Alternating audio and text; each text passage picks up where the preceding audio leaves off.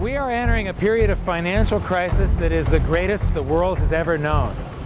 The wealth transfer that will take place during this decade is the greatest wealth transfer in history. Wealth is never destroyed, it is merely transferred, and that means that on the opposite side of every crisis there is an opportunity.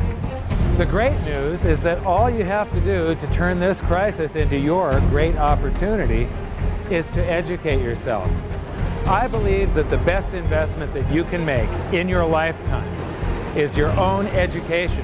Education on the history of money, education on finance, education on how the global economy works, education on how all of these guys, the central bankers, the stock market, how they can cheat you, how they can scam you. If you learn what is going on and how the financial world works, you can put yourself on the correct side of this wealth transfer.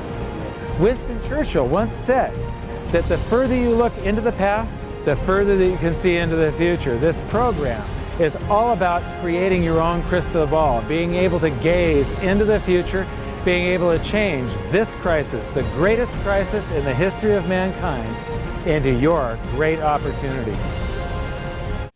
Yesterday, the Government Accountability Office, the nonpartisan investigative arm of Congress, released its annual audit of the U.S. government. The report covers the fiscal years 2011 and 12. The conclusion of the report is this, quote, absent policy changes, the federal government continues to face an unsustainable fiscal path. Let me repeat that. Absent policy changes, the federal government continues to face an unsustainable fiscal path. If the feds do not stop the wild spending and do not reform Medicare and Social Security, the U.S. dollar will collapse. That means that all of our savings, all of our investments, our homes, and everything else will blow up before our eyes. The one characteristic about a country that debases its currency and goes to a paper currency, the currency always self-destructs. It always ends. It is declared by government that this is money, it's paper and it's money, and it's by government declaration. Where if you use a gold coin, the value comes from the marketplace, and government can't reproduce this, so it's always exchangeable, and the people will accept it. If this is sunk on a boat and a ship now, or it was 500 years ago, you dig it up, it has tremendous value. There will be numismatic value plus the real value of gold. This sinks, you put it to the bottom, and who cares? Over the last 5,000 years, only gold and silver have maintained their purchasing power.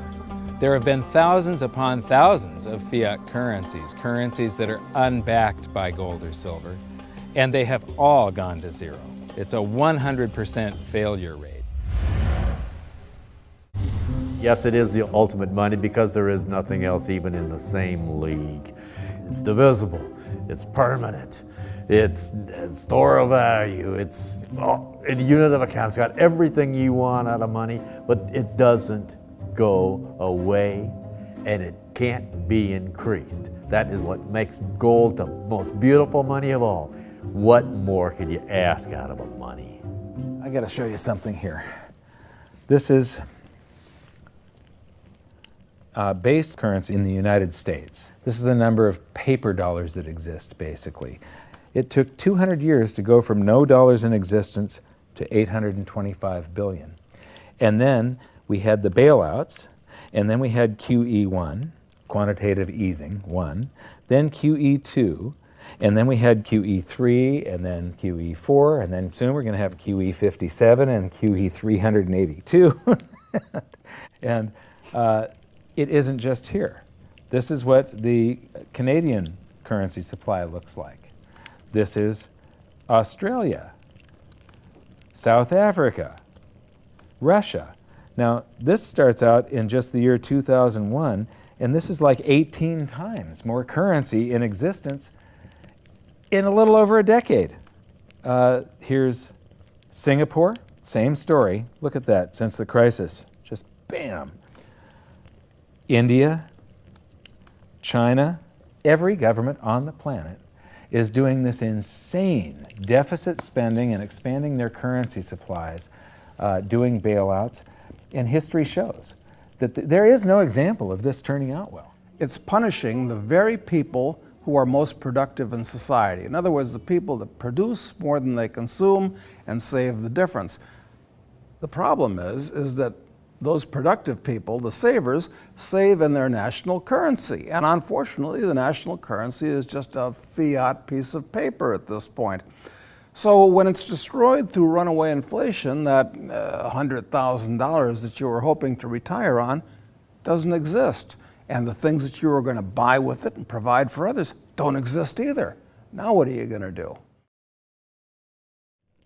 So that all seems pretty scary.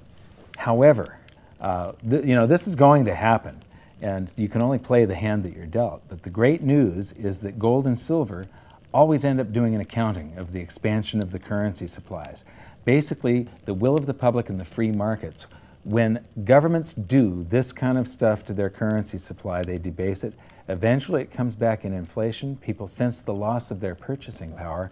They rush back to gold and silver, and they bid the value of the gold and silver up in the country until it meets or exceeds the value of all the currency in circulation. This is a process that's been going on over and over again throughout history, except this time it's happening on a global scale. It has never before happened in all countries at once. And that means that this is the greatest wealth transfer in history. Therefore, it's the greatest opportunity in history, and it's not going to happen again in your lifetime.